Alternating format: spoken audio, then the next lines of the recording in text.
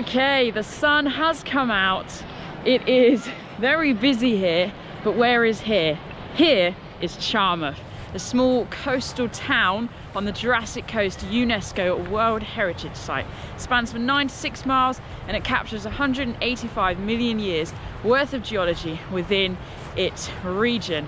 So I'm here at Charmouth in particular because it's very well known for its fossils. The cliffs are packed with the remains of ammonites and belemnites, and I'm just here gonna have a wander along the shoreline and see if we can pick some up to show you. Let's see what we can find. It's believed that the name Charmouth originated from the Saxon word meaning stony river, probably referring to the River Char, which the coastal village is situated close to. To the east sits Golden Cap, the highest cliff on the south coast of England, and to the west is Black Ven, which has the largest mudslides in Europe, and became famous when Mary Anning found the remains of an ichthyosaurus in the 1800s. At different times in history, the area has been a desert and a shallow tropical sea and marsh, and the fossilised remains of the various creatures that lived here have been preserved within the rocks. The cliffs above Charmouth contain fossils mainly from the Jurassic period, around 145 million years ago, whilst the Jurassic coast as a whole contains geological history covering the Triassic, Jurassic and Cretaceous periods. So the trick with fossiling at Charmouth is to walk as far as you can along the beach whilst the tide is out. And hopefully then there'll be less people, less likely for the fossils and stuff to be picked up. But it is sort of keeping your eyes peeled, and we'll have a look at the different rocks that we might be able to spot that tend to suggest there's fossils about. You can start sort of looking in the cliffs, but then usually they pop on out, especially after sort of stormier weather. So we'll see what we can see. It's very busy here today. I'm just going to keep on walking until I find a nice quiet spot and claim it as my own to search for some fossils.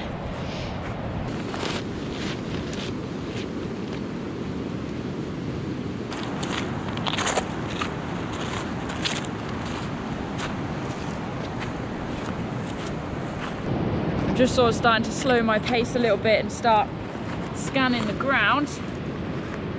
There's quite a big section of an ammonite there. It's not quite got the ridges and stuff on it. So an ammonite kind of looks like a coiled ram's horn. That's got a bit of shiny fool's gold in it as well. So what I'm particularly looking for today is the sort of smaller whole ammonites and also some belemnites, and we'll have a chat about them when we find some. So it's just kind of like scouring the ground, and patience is needed, but you need a keen eye, and that's why it's actually kind of really good therapy just to come out here and look for nice stones and fossils. Well, here we go. One, and then I saw another bit. There we go, these are pieces of belemnites. Oh, and another one. Gosh. Seems to be quite a bit in this area. So literally in the process of just finding that one belemnite, I found 4, and I've also found another edge of an ammonite, which we'll have a chat about in a minute. But these are the belemnites. So you can see it kind of looks like a bullet shape, and they would have been longer. Basically they were kind of like squid-like creatures with 10 legs or tentacles and a hook or a beak to catch their prey. But they were sort of a primary source of fuel for a lot of prehistoric animal life. So they would have, been at the bottom of the food chain and eaten by all sorts of different animals. So they're definitely the most common fossil that you find on this stretch of coastline. And I'm just gonna keep exploring. So I've also got this little corner of an ammonite as well, which is nice, but I still reckon today will be the day we get a whole one. Just like a squid, belemnites swam by sucking water in through their mouths and over their gills before squirting it out of a small tube below their heads. So they jet propelled themselves backwards. If threatened, they could squirt a cloud of ink into the water to aid their escape, and very occasionally the soft parts of the belemnites have been preserved, including the tentacles and even an ink sac. Literally within the 5 minutes of just looking in this spot, I found all of these belemnites. They are not difficult to find, and they vary in quality, but some of them have got quartz in them, some of them are longer, some of them are thinner. There's a nice variety. It wasn't just fossils I was enjoying picking up. I love to collect colourful stones and shells, all of which were abundant on the beach. I mostly picked up fragments of quartz and bits of glass which had been eroded to become smooth and bead-like. It's my tiny, tiny shell that I'm very proud of. Feeling really quite warm right now. The sun is burning bright for the first time in quite a few days, and my pockets are laden with belemnites, but not so many ammonites. In fact, none really. I found a couple of ones sort of in the process of being formed into more substantial fossils, but not yet. They still are evading me.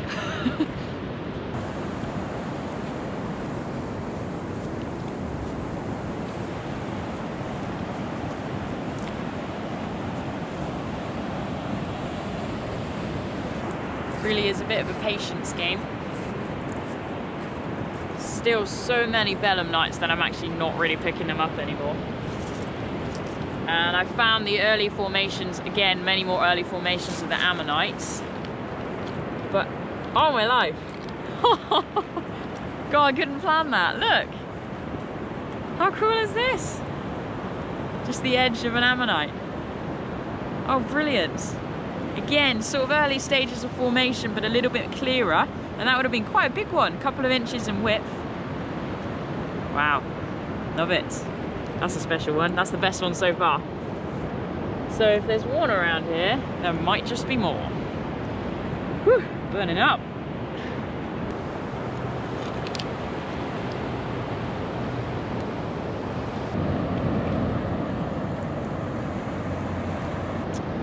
I am dramatically running out of time. I'm actually on a limited time scale today. I just gave myself a couple of hours and then I've got to shoot off and do something else. The tide is very steadily coming in, but I think I've finally actually just got far enough along. I should really have started here, because basically, you see this sort of golden coloured stone? This is what you really want to look for. It tends to come in quite circular shapes like this. Again, beginning of the formation of an ammonite, but I'm yet to find a complete one. And I've literally got about 20 minutes, and then I'm going to head back. But I thought I'd walk back along the cliffs just to keep my eye open, in case anyone's missed anything. But I wouldn't say today hasn't been successful. We're doing all right. And anyway, success is all relative. Oh yes, we got one. Wow, that one's that's complete. Ammonoids are an extinct group of marine mollusks closely related to our modern-day octopuses, squid and cuttlefish that would have moved through the water by jet propulsion. We know this because the Nautilus, the closest living relative to an ammonite, still survives today in the Pacific and Indian Ocean. I was soon finding fragments of ammonites everywhere I looked, some small but others much larger, and it seemed everyone around me was doing the same.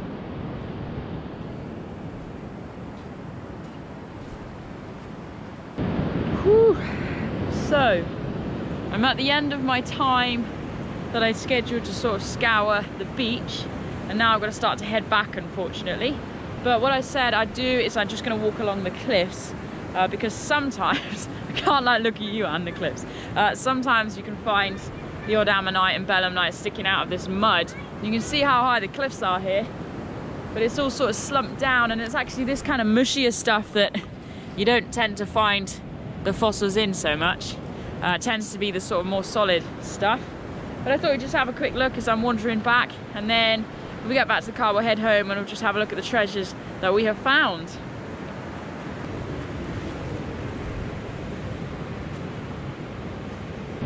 So it's this more sort of solid rock that you tend to find the fossils sort of sticking out, and you see you can get the little like bubbly bits that kind of distinguish a fossil.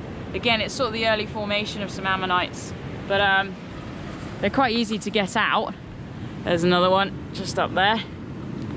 Okay, look at these, they're so cool. But they're really easy to distinguish. There's another one just there. Don't know if I can get that one out. Oh, broke it. Never mind. Oh, popped out. There it is. I love these. I think they're really cool. What you tend to find with this stuff though is it's still kind of quite soft mud. so a lot of the fossils haven't actually formed properly. But if you just break away little bits, there you go, look, you sometimes find the compression of an ammonite where it's been stuck, but it's not had enough pressure to actually sort of mold into that shape and form a fossil itself. This literally is the most amazing treasure hunting. I just love this. Time flies by and you're not even aware of it.